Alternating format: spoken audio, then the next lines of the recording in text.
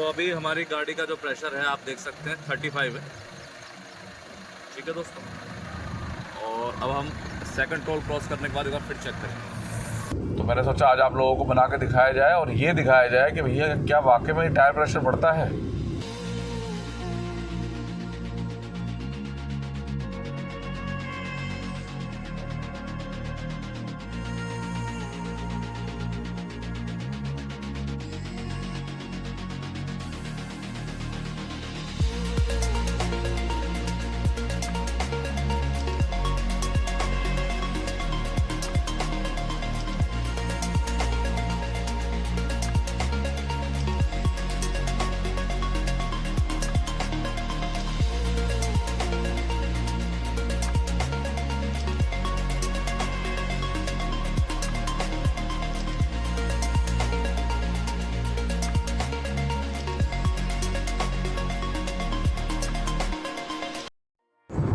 नमस्कार दोस्तों, स्वागत है एक बार फिर से आप सभी का हमारे चैनल मट्टू 2664 पे। आशा करते हैं आप सब बहुत अच्छे से होंगे। 1 तारीख का आज दिन है दोस्तों, 1 सितंबर, और फिलहाल है हम दिल्ली ग्रेटर नोएडा एक्सप्रेसवे पे।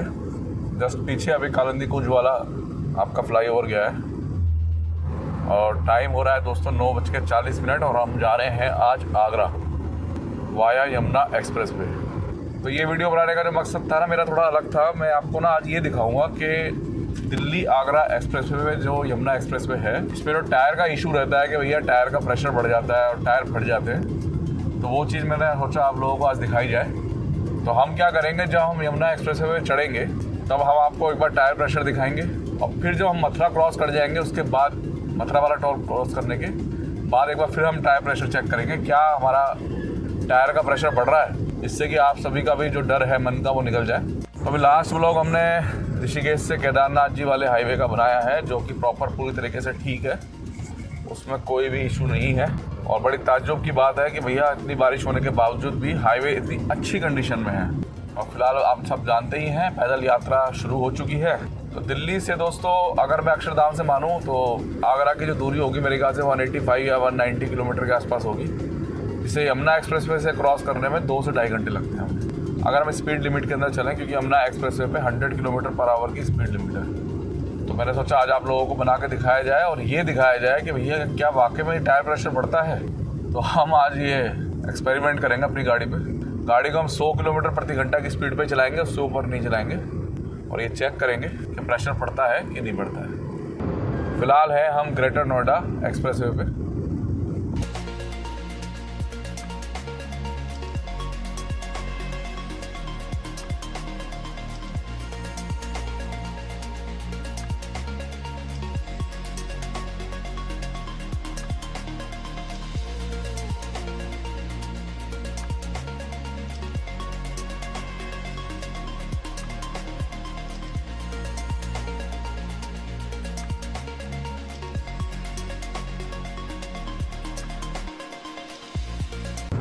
तो कट आ गया है, यहाँ से आगे जाके हम हो जाएंगे लेफ़्ट यमुना एक्सप्रेसवे के लिए, और लेफ़्ट होने के बाद हम आपको प्रेशर चेक कराएंगे एक बार कि प्रेशर है कितना।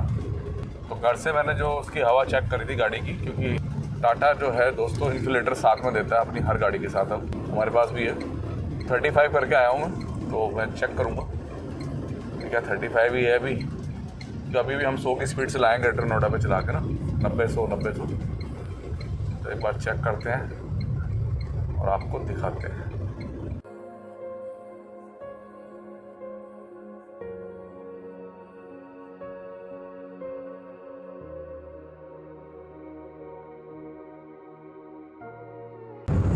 तो यमुना एक्सप्रेसवे में आपका स्वागत है। गाड़ी कहीं आगे लगाते हैं साइड में और एक बार प्रेशर चेक करते हैं और उसके बाद 2 टोल क्रॉस करने के बाद प्रेशर दोबारा चेक करेंगे।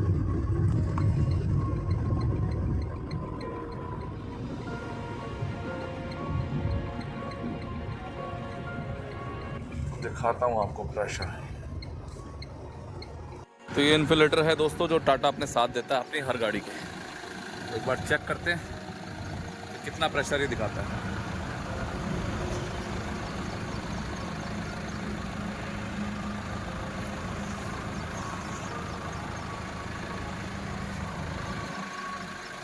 तो अभी हमारी गाड़ी का जो प्रेशर है आप देख सकते हैं 35 है। ठीक है दोस्तों, और अब हम सेकंड टोल क्रॉस करने के बाद एक बार फिर चेक करेंगे। तो आपने देखा अभी 35 प्रेशर है गाड़ी का। तो मैं अपना पर्सनली आपको अगर बताऊं, जो यमुना एक्सप्रेस में टायर फटने का जो रीज़न है वो वीक टायर है, क्योंकि कई बार हमारे टायर फूल जाते हैं हल्के फुल्के और हम उन्हें इग्नोर करते हैं, या बड़े पंचर हो जाते हैं तब हम उन्हें इग्नोर करते हैं। तो ये मुझे लगता है इशू ज़्यादा बड़ा है, क्योंकि टायर का यहाँ टेम्परेचर ज़रूर बढ़ता होगा क्योंकि सीमेंटेड रोड पे चल रहे हैं, मगर प्रेशर नहीं बढ़ता होगा। इस चीज़ की तो मैं गारंटी ले सकता हूँ। ये मेरा सोचना है। अगर मैं गलत हूँगा तो आगे आपको दिखाऊंगा कि मैं गलत हो गया। तो अगर आप 184 है दोस्तों यहाँ से, और आप गाड़ी को खींचते हैं थोड़ा, और 100 किलोमीटर प्रति घंटा की इस पर स्पीड लिमिट है, तो हम 100 पे ही चलेंगे। फिलहाल चल रहे हैं हम यमुना एक्सप्रेस वे पे। और अब कई भाई मेरे से पूछते हैं, भैया अपना सेटअप दिखाओ, आप सेटअप कैसा है आपका कैमरे का। तो भैया ये मेरा सेटअप है, बहुत सिंपल सेटअप है। और देखिए हम स्पीड लिमिट के अंडर में चल रहे हैं,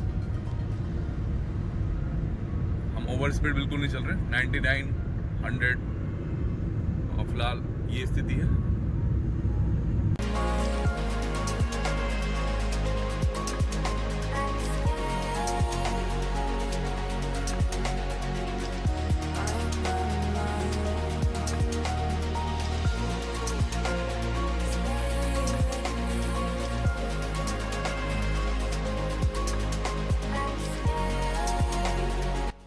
तो जैसा कि आप लोगों से मैंने कहा है कि भैया मेरा पर्सनली ऐसा सोचना है कि टायर जो यहाँ ब्लास्ट होते हैं वो हीटिंग की वजह से और वीक टायर की वजह से होते हैं। प्रेशर यहाँ नहीं बढ़ता है टायर का, वो हम चेक करेंगे आज। तो पहला टोल क्रॉस करके चेक करते हैं, फिर दूसरा, और फिर फाइनल आगरा में चेक करेंगे। 2 बार हम चेक करेंगे।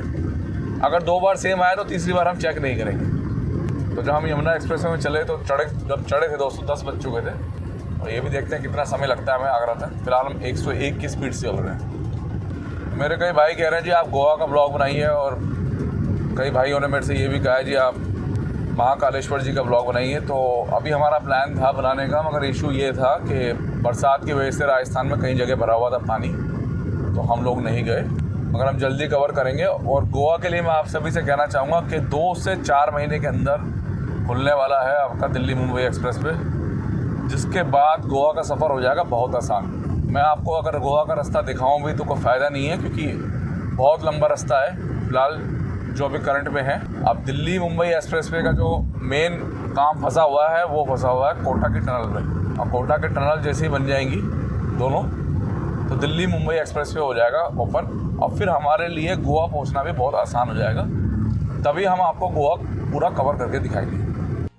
तो सामने आ रहा दोस्तों ये ईस्टर्न पेरिफेरल एक्सप्रेसवे के क्रॉसिंग ऊपर से निकल रहा है, ईस्टर्न पेरिफेरल एक्सप्रेसवे। ये सबसे बड़ा ड्रॉबैक है इसका, हाईवे का, इस एक्सप्रेसवे का, कि ये ईस्टर्न पेरिफेरल एक्सप्रेसवे इससे डायरेक्ट कनेक्ट नहीं होता।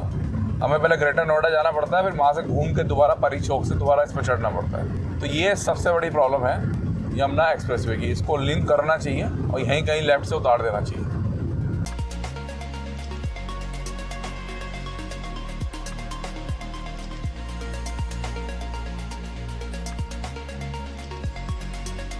तो टाटा मोटर्स को मेरा दिल से धन्यवाद कि वो प्रैक्टिकल टूल्स जो ज़रूरत होती है ना एक इंसान को, वो साथ में देते हैं। मेरी गाड़ी 24,000 किलोमीटर चल चुकी है दोस्तों, और हमने ये 28 सितंबर या 27 सितंबर के आसपास ली थी, जिसके बाद हमने सीधे श्रीनगर का टूर किया था इससे। तो मैं आपको बताना चाहूँगा तब से लेकर और अभी तक जो ये इन्फ्लेटर इन्होंने साथ में दिया है हवा भरने का, मैंने एक बार भी बाहर से हवा नहीं भराई। और यहाँ तक कि मेरे पे 2 बाइक और 1 स्कूटी भी है, मैंने उनमें भी बाहर से हवा नहीं भराई। मैं इसी इन्फ्लेटर से उनमें हवा भर लेता हूँ। तो 2 सितंबर आ गया, यानी हमारी गाड़ी को होने वाला पूरा 1 साल।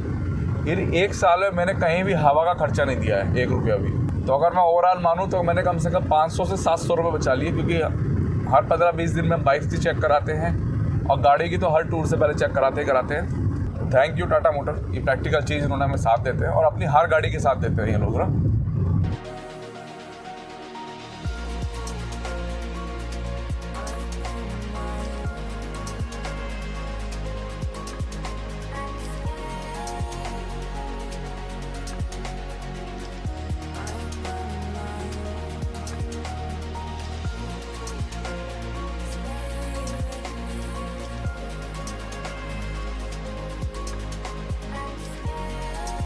फर्स्ट टोल प्लाजा आ गया। ऐसे करके 3 टोल प्लाजा आएंगे टोटल। पहला टोल आ गया और हम लगातार हमने जब से हम इस एक्सप्रेस वे चढ़े हैं हमने 100 की स्पीड मेंटेन करी है इसमें बढ़िया करके। ये चेक करने के लिए कि क्या वाकई में टायर वायर में कोई दिक्कत होती नहीं होती। तो पहला टोल प्लाजा दोस्तों हमने क्रॉस कर दिया और हम साइड लगाएंगे गाड़ी और प्रेशर चेक करेंगे, क्योंकि लगभग हमने 40 किलोमीटर का सफ़र इस पर तय कर चुके हैं। तो आगे लगाते हैं गाड़ी को साइड और एक बार प्रेशर चेक करते हैं। प्रैक्टिकल करना ज़रूरी था, बड़ी अफवाहें हैं यमुना एक्सप्रेस वे के बारे में, तो मैंने कहा आज आपको चेक करके ही बताते हैं कि रियलिटी क्या है। तो वो रहा टोल फर्स्ट वाला, ये यहाँ का दृश्य। और अब हम करेंगे दोबारा से इन्फ्लेटर से प्रेशर चेक। ये अनकट रहेगा प्रेशर चेक ना।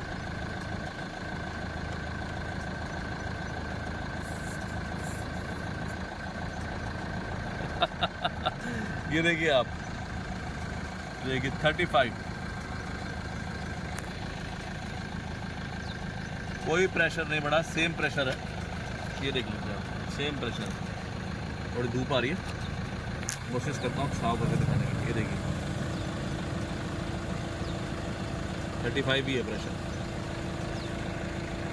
तो पूरा अनकट बनाया मैंने आप लोगों के लिए ना। और कहीं ना कहीं बात तो खैर अब सिद्ध हो गई कि टायर का कोई भी प्रेशर नहीं बढ़ता है गर्म होने पे, जबकि टायर मेरा काफ़ी हीट हो रहा है और मैं लगातार 100 किलोमीटर प्रति घंटा की स्पीड पे चल रहा हूँ। 105 से 100 के पीछे मैंने गाड़ी की स्पीड रखी है। मैं ये नहीं कहूँगा 95 से 100 रखी है। और उसके बाद भी मेरी गाड़ी का टायर का प्रेशर तो मुझे तो बिल्कुल भी नहीं बढ़ा हुआ लगा। जितना मेरा पहले ही में था उतना ही सेकंड में आया। तो देखा आप लोगों ने, ये बात बिल्कुल ना कट जाती है कि यमुना एक्सप्रेसवे पे टायर का प्रेशर बढ़ता है। तो ये जो लोग अफवाह फैलाते हैं ना, उन अफवाहों में आप लोग मत जाइए, क्योंकि टायर का प्रेशर कभी नहीं बढ़ता।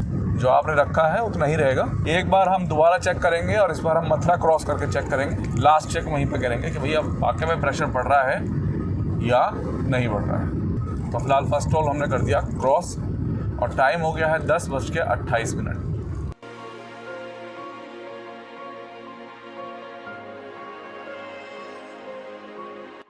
तो देखिए अभी भी 95, 100 के आसपास ही हम चल रहे हैं। और बस वाला देखिए 95 चल रहा है। और अब हम 100 की स्पीड पे टच कर गए हैं। तो सेंटर लाइन में हम चलते हैं, क्योंकि राइट वाली है ओवरटेकिंग लाइन, तो हम इस लाइन में ही चलते हैं। ये नज़ारे यहाँ से गाड़ी से आप देख सकते हैं। तो साइड में पेड़ इतने बड़े हो गए ना कि कुछ भी पल्ली तरफ का दिख नहीं रहा। और मथुरा रह गया 82 और आगरा 141 किलोमीटर है यहाँ से।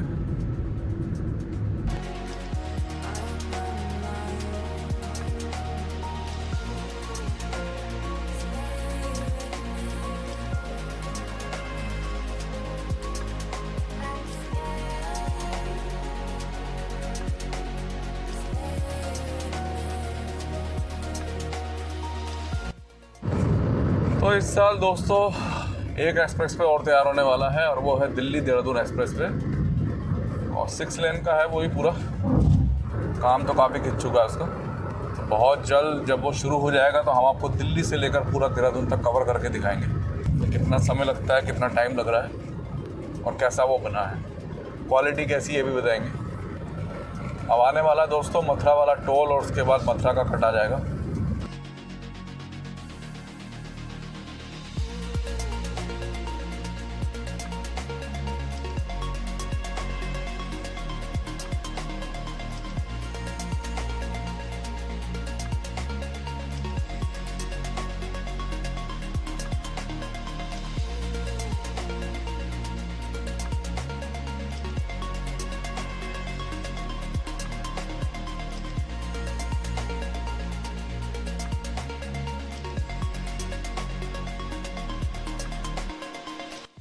तो सेकंड नंबर का टोल आ गया और अब देखने वाली बात होगी कि भैया सेकंड टोल के बाद प्रेशर कितना बड़ा है गाड़ी का।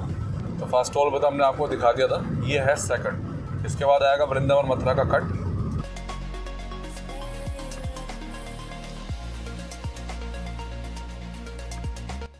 तो सेकंड टोल भी हमने कर दिया क्रॉस और अब लेफ्ट पे कहीं गाड़ी लगाते हैं और आपको टायर प्रेशर अगेन दिखाते हैं। जिससे कि आप लोगों के दिमाग में भी जो भय है ना यमुना एक्सप्रेस वे को लेकर कि यहाँ टायर के प्रेशर बढ़ते हैं वो क्लियर हो जाए। तो यही लगाते हैं अपनी गाड़ी और आपको दिखाते हैं। सेकंड नंबर का टोल प्लाजा और टायर को देख के लग नहीं रहा मुझे कहीं से भी ना कि टायर का प्रेशर बढ़ रहा है, मगर आप लोगों को दिखाना जरूरी है भैया कि रियलिटी क्या है। और अगर टायर प्रेशर बढ़ा होगा तो आपको जरूर दिखाएंगे।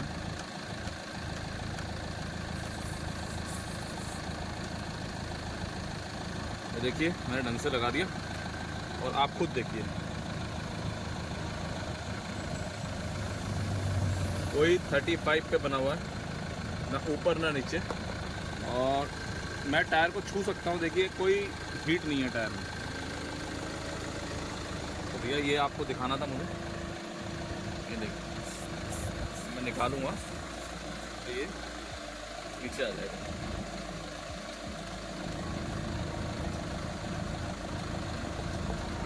तो ये रियलिटी दोस्तों जो हमने आपको दिखाई। बाहर का टेम्परेचर जो है इस समय 36 से 40 के बीच में है। तो आप लोगों को मुझे ये दिखाना था क्योंकि मैं तो पहले से जानता था कि टायर का प्रेशर कभी नहीं बढ़ता।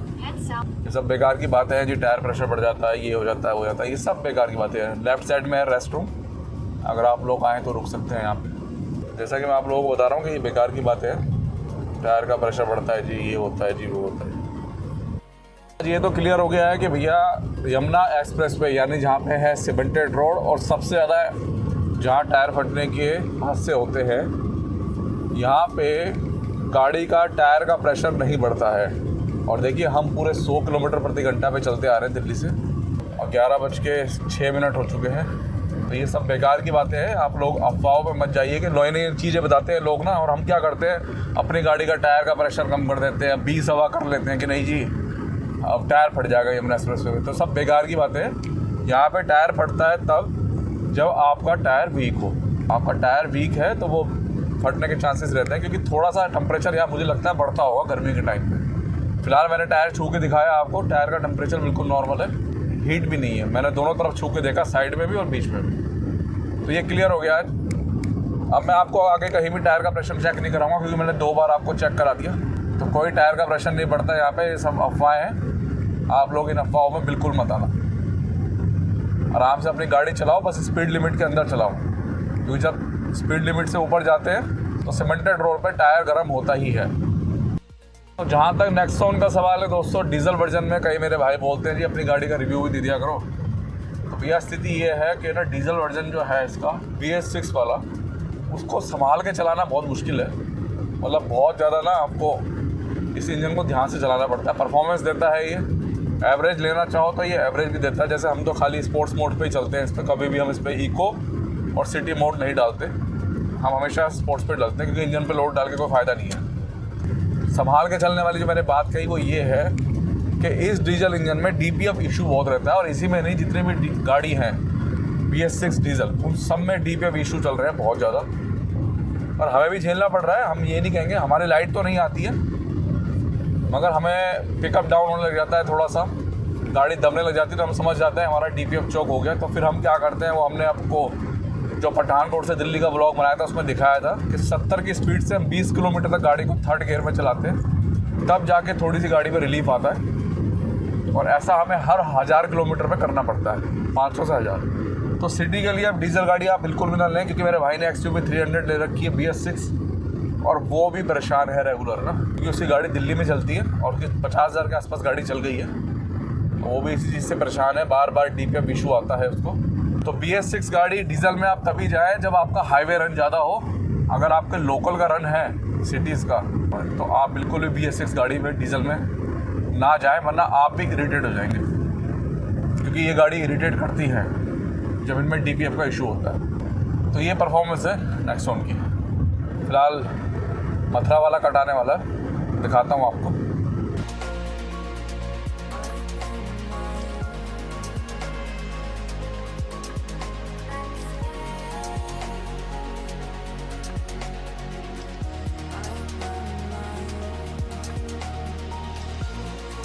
तो मथुरा वाला कट आ गया दोस्तों, और वृंदावन वाला भी। एक कट तो पीछे गया है और आप इस कट से भी जा सकते हैं वृंदावन। तो मथुरा हम पहुंच गए ऑलमोस्ट कट पे। अभी यहाँ से मथुरा की जो दूरी है वो लगभग 10 किलोमीटर है। तो यहाँ से लेफ्ट हो जाते तो हम चले जाते मथुरा के लिए। तो जैसे ही मथुरा वाला कट गया है दोस्तों, 5-7 किलोमीटर तो हो गया। मुझे तारकोल की रोड बच गई ये वाली ना, पहले भी होगी मैंने तो, मगर आज ध्यान दिया इस बात पे ना। मैंने तो मैक्सिमम यहाँ पे RCC वाली रोड सी है, तारकोल वाली तो मैं आज देखी हुई। और ये मथुरा कट के बाद है और काफ़ी लंबा पैच हो गया ये।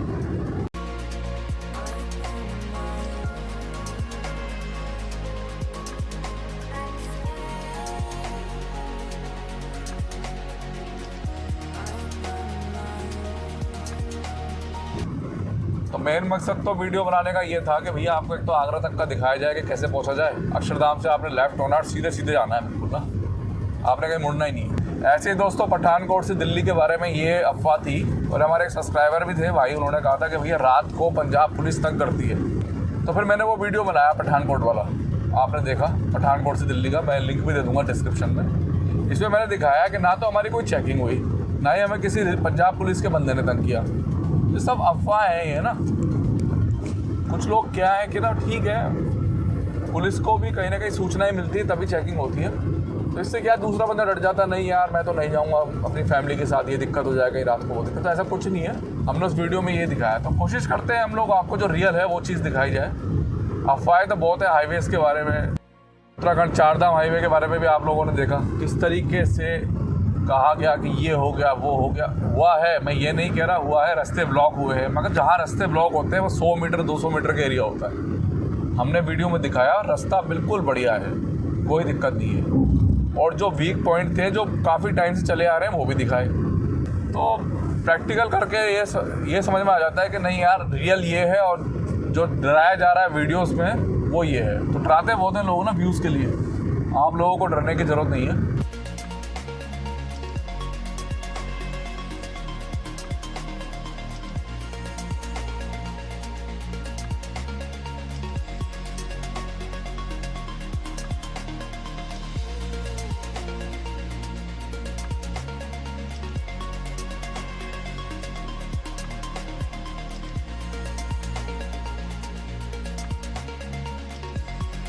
लास्ट टोल भी आ गया, 2 किलोमीटर दूर है आपका।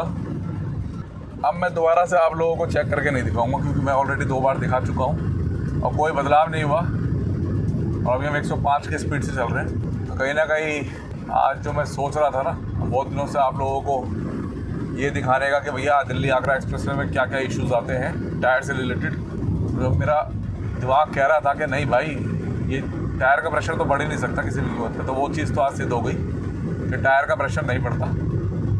1 किलोमीटर रह गया है टोल प्लाज़ा और हम आगरा पहुंच गए हैं ऑलमोस्ट।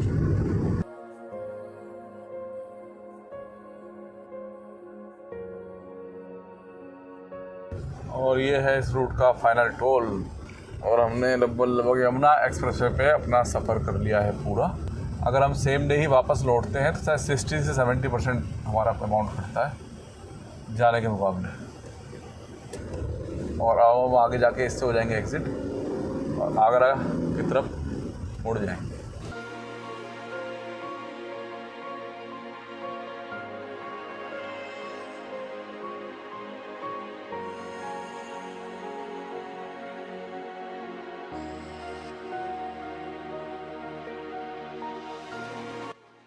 तो रामबाग के लिए दोस्तों यहाँ से लेफ़्ट दिखा रहा है और आगरा के लिए सीधा।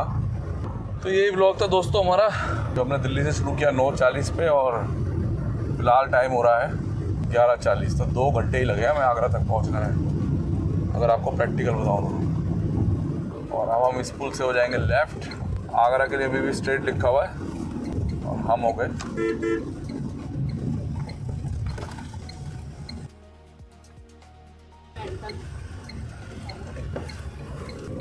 तो हम इस पुल से हो गए लेफ़्ट दोस्तों, क्योंकि हमें जाना है कबीर नगर। आगरा के लिए सीधा लिखा हुआ था, मतलब आगरा यहाँ से आगे 2-4 किलोमीटर रह गया था बस।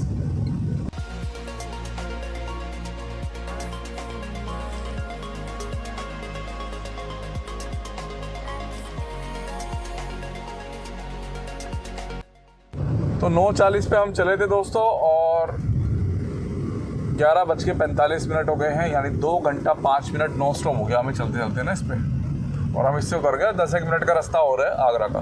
तो 2 घंटा 15 मिनट में हम बड़े आराम से दिल्ली से आगरा पहुंच सकते हैं यमुना एक्सप्रेसवे से। तो जैसा कि आप लोगों ने देखा कि भैया टायर वायर के प्रेशर का तो कोई इशू है नहीं, मैं दोबारा से रिपीट नहीं करूँगा। कोई टायर वायर का प्रेशर नहीं बढ़ता, तो अपने टायर की हवा कम करके मत आइएगा आप लोग। और आगरा आने के लिए दोस्तों सबसे बेस्ट ऑप्शन है यमुना एक्सप्रेस पे। आप आया पुराने NH से ना आए, जो कि आपका फरीदाबाद, पलवल, कोसी, मथुरा होते हुए आगरा आता है, उससे बिल्कुल भी ना आए, क्योंकि उससे लगता है समय ज़्यादा। टोल बराबर है 350 रुपये वहाँ से और 450 रुपये यहाँ से, मगर समय बहुत बचता है। आप देख सकते हैं 2 घंटा 5-7 मिनट में हम बड़े आराम से यहाँ आ गए आगरा। तो यही ब्लॉग था दोस्तों हमारा, जो हमने दिल्ली से शुरू किया और यहाँ पे आके ख़त्म करा है। अब यहाँ से हमें 10-1 मिनट और लगेंगे जहाँ हमें जाना है। तो आशा करते हैं आप सभी को हमारा ब्लॉग पसंद आया होगा। पसंद आए तो वीडियो को लाइक और शेयर कीजिएगा और चैनल को सब्सक्राइब कीजिएगा। मिलते हैं जल्दी नेक्स्ट ब्लॉग में। धन्यवाद।